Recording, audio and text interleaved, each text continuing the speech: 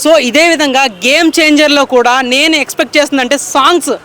శంకర్ గారు సాంగ్స్కి ఎంత ఖర్చు పెడతారు అంటే దానితో ఒక జిల్లా కూడా బతికేస్తుందేమో, అంతంత ఖర్చు పెడుతుంటారు. అసలు ఎందుకు ఖర్చు పెడతారో కూడా తెలీదు. రీసెంట్గా ఒక సాంగ్ వచ్చింది, స్లో మోషన్ సాంగ్, అందులో కలర్ గ్రేడింగ్ ఉంది చూడండి, మైండ్ దొబ్బుతుంది కదా. లేదు అది వేరే అండి. మీరు సరిగ్గా గమనిస్తే సుకుమార్ గారి మార్క్, సుకుమార్ గారి ఇంటెలిజెన్స్ సినిమాలో 3 సార్లు నేను గమనించాను. మీరు సరిగ్గా చూసారో లేదో, ఆ బ్రిడ్జ్ మీద బాటిల్ని నదిలో వదిలినప్పుడు రాయి మీద పడుతుంది. ఆ సీన్ని ఎంత ఇంటెలిజెంట్గా వాడారో. అదొకటి.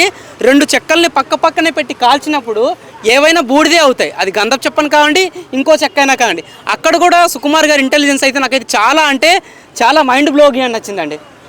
సంధ్య థియేటర్ దగ్గర ఒక ఇష్యూ జరిగింది కదా, జరిగింది. అల్లు అర్జున్ గారికి 25 lakhs ఇస్తాము, వాళ్ళ పిల్లల భవిష్యత్తు కూడా మేము చూసుకుంటాం అంటున్నారు కదా.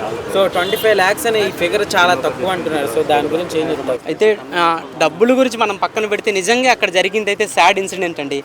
అక్కడ విన్న వ్యక్తిని కానీ ఆ మహిళని కానీ మన కుటుంబ సభ్యురాలుగా అనుకున్నప్పుడు చాలా అంటే చాలా బాధగా ఉంటుంది.